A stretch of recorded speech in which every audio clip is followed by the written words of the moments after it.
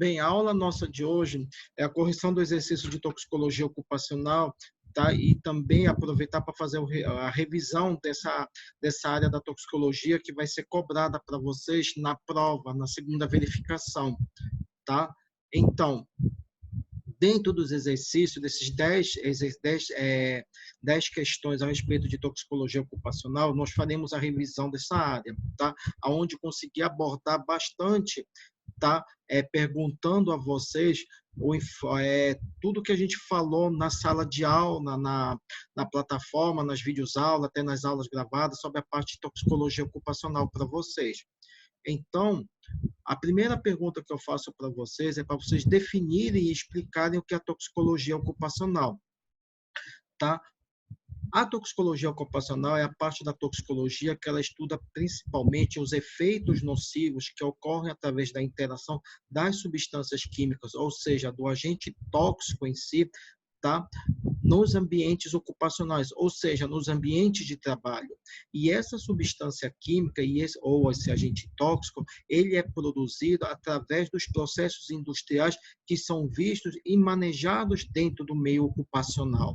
Então, é essa a resposta para a primeira pergunta, tá? O que é a toxicologia ocupacional? É a área da toxicologia que estuda os efeitos nocivos da interação dessas substâncias, ou dessas substâncias químicas, ou desses agentes tóxicos no indivíduo, nas áreas de trabalho, ou seja, no meio ocupacional, tá bom?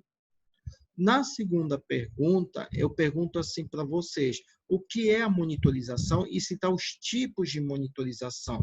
Lembrem vocês que na toxicologia ocupacional nós temos o que chamamos de monitorizações, e essas monitorizações nada mais são do que são avaliações, tá, de forma sistemática, as quais os trabalhadores passam por estarem em exposição a determinados agentes tóxicos ou potencialmente tóxicos aqui.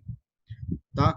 E os dois tipos de monitorização aqui são quais? São a monitorização biológica, tá? E a monitorização ambiental.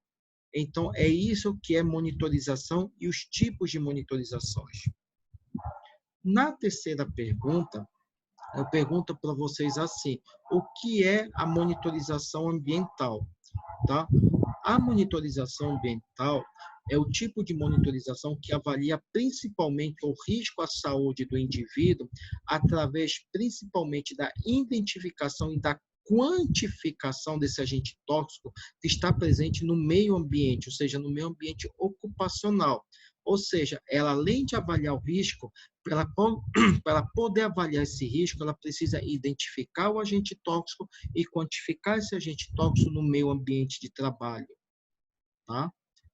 Já na quarta pergunta, eu pergunto assim para vocês, quais são as condições que favorecem a realização de uma monitorização ambiental?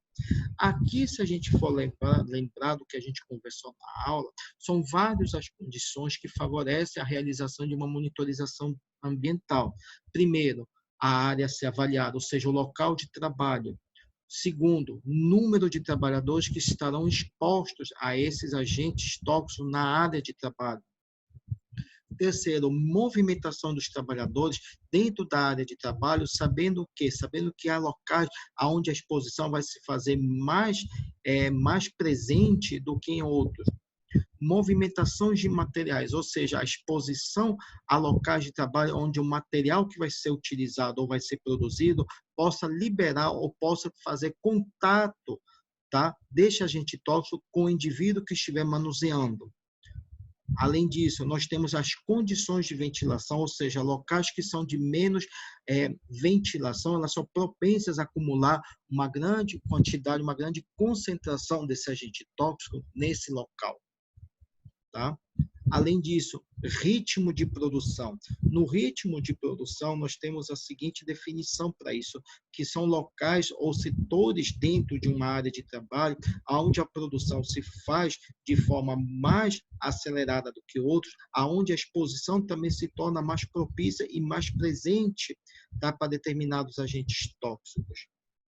Além disso, agentes possivelmente presentes. Esses agentes possivelmente presentes são agentes catalogados e identificados nos locais de trabalho, aonde o indivíduo sabe, conhece o risco que vai ter quando ele estiver presente nesse local. E atividades ou funções. Aqui na parte de atividades ou funções, tá mais ligado aos cargos e funções que esse trabalhador irá apresentar dentro do seu local de trabalho. Por quê? Porque indivíduos que trabalham em locais onde o ritmo de produção, por exemplo, nas funilarias, onde tem um operador trabalhando nas caldeiras, ele fica mais propenso a estar mais exposto a esse agente tóxico do que o indivíduo que trabalha num setor administrativo. Tá bom? Então, são essas as condições, que favorecem a monitorização ambiental. Na quinta pergunta, eu pergunto assim para vocês: o que são os limites de exposição ocupacional? Nesses limites de exposição ocupacional, lembrem vocês que eles são valores que são representados e que são principalmente valores que são emitidos, por diversas agências reguladoras, as quais utilizam esses valores, de limites como critérios para a determinação de um agente tóxico no nosso organismo. Então, são isso que é limite de exposição. São valores diferentes por conta das diversas entidades, as quais elas utilizam diferentes critérios para suas determinações. É isso que é limite de exposição ocupacional. É a partir desses valores que a gente pode determinar se uma substância é ou não é tóxica, se essa substância é ou não é atóxica no nosso organismo. Já na sexta pergunta, eu pergunto assim para vocês: o que é monitorização biológica? Diferente da monitorização ambiental, a monitorização biológica aqui, ela consiste principalmente em avaliar o risco de uma substância química, ou seja, o risco de um agente tóxico, quando esse agente tóxico ele já está onde? Quando ele já consegue penetrar no nosso organismo. É isto que é monitorização biológica. Consiste em avaliar o risco de uma substância química ou também uma substância tóxica, quando essa substância consiga já entrar no nosso organismo. E na sétima pergunta, eu pergunto assim para vocês: quais são as condições de que favorece a realização de uma monitorização ocupacional? Bem, nós falamos da ambiental das condições dentro da monitorização ambiental, logo antes, não foi? Então, a mesma coisa ocorre para a monitorização biológica, que na monitorização biológica nós também temos condições aqui que favorecem, para que ela seja feita. E aqui, quando a gente conversa sobre as condições, vários são os itens que fazem com que essa condição se torne presente e se torne necessária no ambiente de trabalho, principalmente na saúde do trabalhador ocupacional. E aqui a gente começa a falar sobre a concentração do agente tóxico, ou seja, concentrações presentes no organismo, a própria carga de trabalho que faz com que essa concentração ela seja elevada ou não no organismo. Terceiro, carga de trabalho e picos elevados de contaminação do ar, isso levando em conta que se numa jornada de 8 horas diária, que é o que regulamenta a legislação brasileira através do Ministério do Trabalho, nós sabemos que durante uma jornada de trabalho existem picos de concentração dessa substância no ar, que podem causar e podem agravar a exposição. E isso tem que ser controlado à medida que esse indivíduo começa a apresentar algum risco, apresentar algum efeito de intoxicação. Além disso, as próprias vias de absorção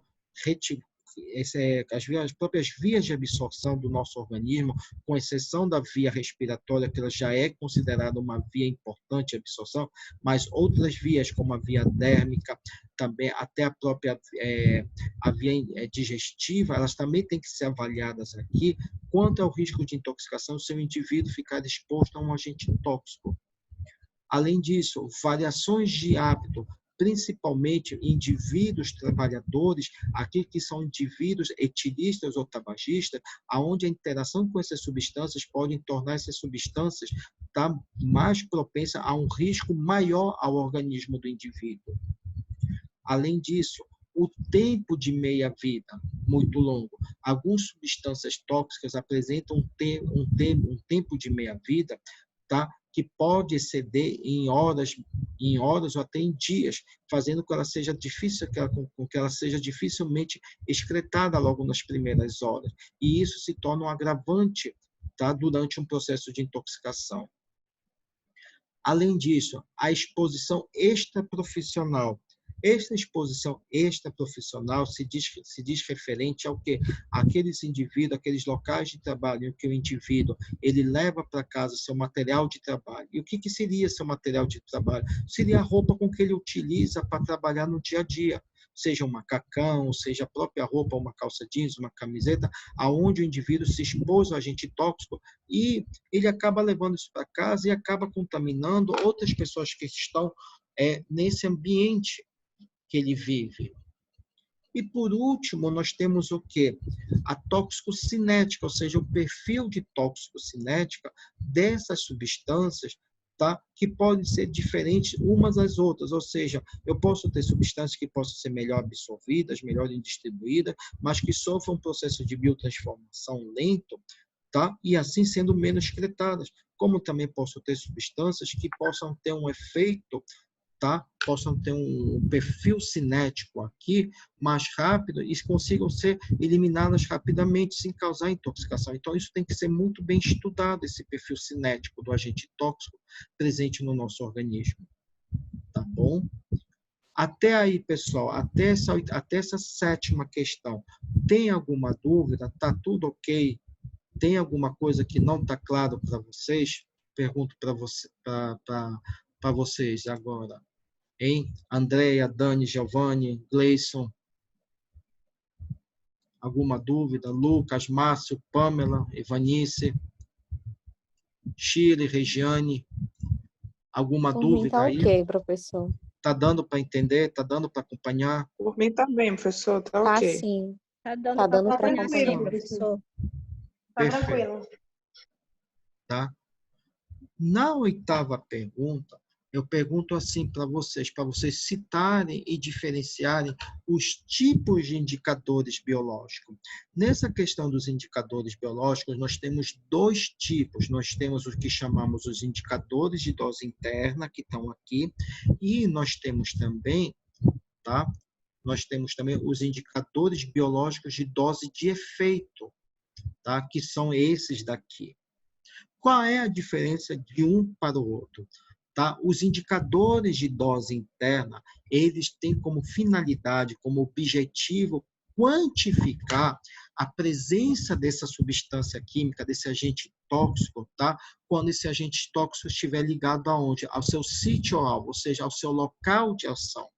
Aqui na dose interna, pessoal, eu quero avaliar o quê? A concentração verdadeira, ou seja, a dose verdadeira que faz com que esse agente tóxico se ligue a seu sítio-alvo. Além disso, eu também quero saber a exposição, ou seja, o quanto dessa substância ficou exposta ao indivíduo, tá? Para causar algum efeito nele. E, por último, o próprio armazenamento ou a deposição dessa substância tóxica no nosso organismo, seja através da ligação às células adiposas ou a outros tipos de células presentes, tá, no nosso organismo, que fazem com que essa substância se ligue a ela e demore a ser o quê? Eliminada pelo organismo humano. Isso são os indicadores de dose interna. Agora, quando eu falo de indicadores biológicos de dose de efeito, tem que ser entendido que esses indicadores biológicos de doses de efeitos, eles vão indicar principalmente os efeitos ainda o quê? Ainda considerados não nocivos, ou seja, eles vão estar associados aqui principalmente à não ação, ou seja, ao não efeito tóxico que essa substância, tá, possa causar alguma alteração na função celular, tá ok? Então, lembrem bem isso. O de dose interna é quando eu tenho uma ligação e quando vai haver uma ação. Tá? Já o de dose de efeito, ele me serve como um parâmetro para quando não ocorrer um efeito tóxico, ou seja, quando não ocorrer uma ação não nociva no meu sistema celular. Tá? Porque se eu perguntar na prova para vocês, tá? Essa diferença, são essas diferenças que têm que ser levadas em consideração, tá bom? Ficou claro isso aí para vocês? Ok, tá bom.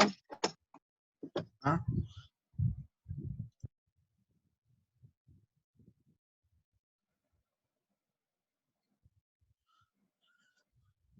Na nona questão, eu pergunto assim para vocês discorrerem sobre as vias de formação da molécula de metahemoglobina. Pessoal, lembram na aula de metahemoglobina que a gente conversou, que eu dei para vocês, que eu falei para vocês que a metahemoglobina, tá? Essa molécula de metahemoglobina, ela é gerada principalmente pela ação de substâncias que são capazes de induzir a oxidação do ferro que está presente na molécula da hemoglobina. Ou seja, ele consegue oxidar esse ferro mais 2 para ferro mais 3, gerando esse pigmento que é chamado de metahemoglobina. Tá ok? E pessoal, as duas vias, as duas maneiras da gente verificar a formação dessa molécula de metahemoglobina são quais? Primeiro, através do que nós chamamos de forma adquirida, ou seja, através da ação de agentes oxidantes. Por exemplo, alguns fármacos eles têm a capacidade de oxidar essa molécula de hemoglobina. Por exemplo, antimaláricos, a própria Dapsona, que é para o tratamento da hanseníase, e outros mais conseguem induzir a produção dessa molécula. Tá? E, por último, nós temos a outra forma, que são o que? As formas hereditárias. E essas formas hereditárias, elas ocorrem principalmente por uma deficiência genética na produção de metahemoglobina, ou seja, essas deficiências genéticas estão expressas principalmente na má formação da hemoglobina, que acaba levando o quê? A produção de metahemoglobina. Então, se eu perguntar na prova isso daqui, tá? São esses dois itens que têm que ser considerados, vocês têm que são relevantes para a formação de metahemoglobina aqui, tá bom? Agora, na 10ª pergunta, ou seja, na última pergunta aqui, eu peço para vocês discorrerem sobre a cinética dos solventes orgânicos. Bem, na mesma aula de metahemoglobina, logo em seguida, nós conversamos sobre esses... Professor? Oi, Shirley, fale. Só um momento. Então, esses dois itens dessa nona, Perfeito. Uma seria pelo oxigente oxidante e outro seria pela forma hereditária, é isso? Exatamente. Um seria por uma forma adquirida, vamos colocar dessa maneira, Sim, tá? adquirida. Da forma adquirida, que é pela ação de agentes oxidantes. De agentes oxidantes. Perfeito. Entendi. E a segunda seria pela forma hereditária, que é por conta de uma deficiência genética. Da produção, né? Exatamente, tá? Por isso, leve em consideração isso, tá? Se eu perguntar isso na prova, então leve em consideração isso, que é as duas principais formas para a gente ver a produção dessa molécula de metahemoglobina, tá? Entendi. Alguma mais dúvida, Shirley? Ou tá tudo certo? Não, isso é isso. Tudo certo. Pessoal, alguma mais dúvida? Tem alguma outra dúvida ou posso seguir? Hein, pessoal? Pode seguir, professor. Pode seguir. Perfeito. Na 10ª questão, eu pergunto para vocês discorrerem sobre a cinética dos solventes orgânicos. Bem, nessa questão da cinética dos solventes orgânicos, 3 são os processos principais que a gente observa que são bem relevantes para a cinética dos solventes, que são quais? O processo da absorção, o processo da biotransformação e principalmente o processo da excreção aqui. Lembrando para vocês que durante o processo da absorção dos solventes orgânicos, as 3 principais vias de absorção para solventes são quais? A via respiratória, a via dérmica e a via digestiva. Mas se eu perguntar para vocês qual é a mais importante e a mais predominante aqui, é qual? A via respiratória. Por quê? Porque quase 90% dos solventes orgânicos, eles são absorvidos através da via respiratória, através da inalação dos seus vapores. Leve em consideração, leve em conta isso. Em seguida, e em menor proporção, em menor percentagem, nós temos o quê?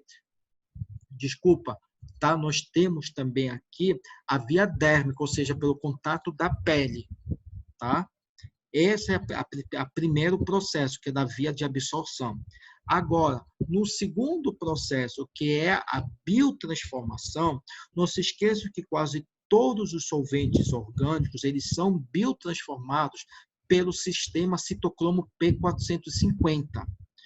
Tá? Se aparecer uma outra enzima, um outro tipo de enzima, não é para considerar. Por quê? Porque a maior atuação, a maior presença do sistema citocromo P450, que ele consegue fazer com que esses solventes se biotransformem. Só que da mesma forma que tem a atuação do sistema citocromo P450 na biotransformação desse solvente, olha o que nós também temos. Nós temos que eles acabam gerando o quê? Metabólitos. E esses metabólitos, eles podem ser eliminados ou pela urina ou pela via biliar aqui. Além disso, tá? E mais importante, durante o processo da biotransformação, eles podem sofrer a indução de certas substâncias, como, por exemplo, no caso do álcool, tá? Que o álcool ele consegue induzir esse processo de biotransformação, gerando metabólitos ativos, e esses metabólitos ativos conseguem ser mais tóxicos do que o composto original, ou seja, do que o solvente propriamente dito aqui. É o caso da interação do N-hexano, tá? Que ele acaba gerando esse composto, esse metabólito, que é o N-hexanediona, que ele é um agente altamente neurotóxico, tá? Uma vez ele é induzido, tá? Uma vez ele é induzido aqui pelo consumo, pela ação do álcool. E, por último, nós temos a excreção. A excreção, a principal via de excreção aqui é pela via respiratória, aonde nós conseguimos eliminar aqui esses solventes de uma forma inalterada, ou seja, de uma forma não metabolizada, tá? E através da via respiratória, nós conseguimos também medir principalmente o quê? A presença desses metabólitos no organismo do indivíduo, tá? Ou seja, a gente consegue avaliar esses metabólitos, tá? Pela via respiratória, como uma forma de monitorização biológica, ou seja, como uma forma de monitorização, tá? Desses metabólitos no organismo do indivíduo, tá bom? Bem, pessoal, dentro dessa parte do exercício de revisão, tá, de toxicologia ocupacional, era isso que a gente tinha que conversar no dia de hoje. Ficou alguma dúvida para vocês a respeito desse exercício, que também serve como uma revisão dentro dessa parte de toxicologia ocupacional? Uma vez que eu coloquei e abordei nessas 10 questões para vocês, o que há de mais importante, o que é mais relevante dentro desse capítulo que a gente estudou, hein? Pergunto para vocês. Por mim, tá tudo ok, professor. Hoje foi excelente. Hein, Dani? Ivanice, Lucas, Márcio, Pamela. Tá Tudo ok, bom, professor. Tudo bom, Tudo Pamela? ok. Shirley, Zenilde, Regiane. Tudo certo. Bom, professor. Tá tudo ok Tudo aqui para ok, você, professor. Andréia? Tudo ok, professor. Beleza, Tudo certo. então. Tá tranquilo, professor. Tudo Tá, tranquilo.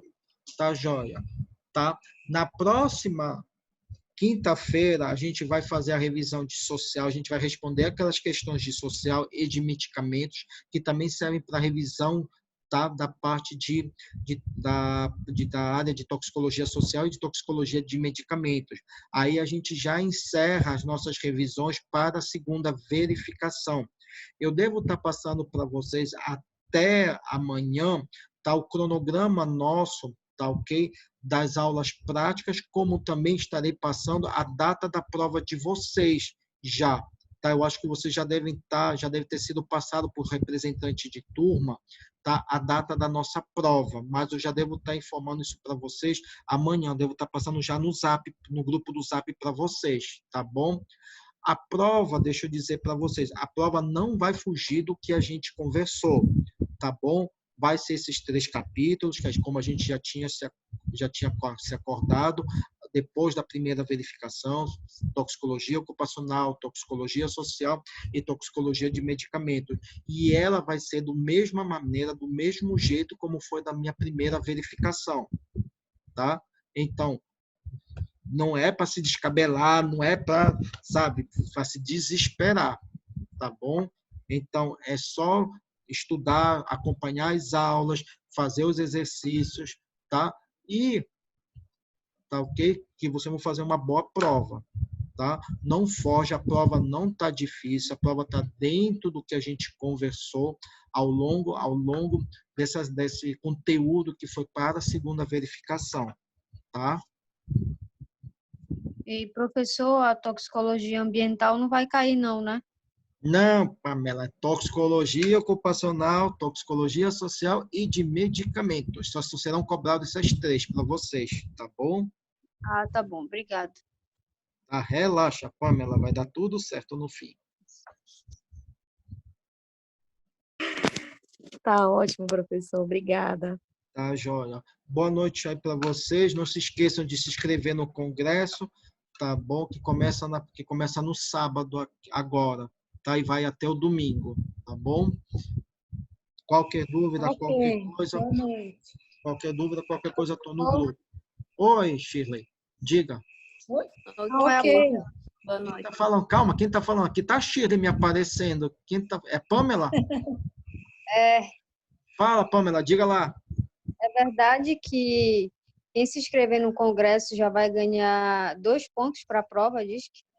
Já começaste, Pamela? Tu já começou? Então, a pessoa tem direito de errar 2, que tá tudo certo, né? Não, Pamela. Não esquece que tu já tem tua pontuação dos teus exercícios e dos teus, como se diz, dos teus relatórios. Não esquece disso. Tá bom? Também eu acho bom se eu não esquecer disso também, viu? Pamela, tu já vais começar, assim enfraquece a relação, tá bom? Tá Bem, bom, pessoal? professor, era isso. Só brincando. Tá bom, então. Boa noite aí, pessoal. Bom final de semana para vocês. A gente se fala na próxima semana para terminar as Boa noite, revisões, tá bom? professor. Obrigada. Boa noite. Boa noite. Boa noite, Tá bom, bom professor, boa noite. descanso. Obrigada.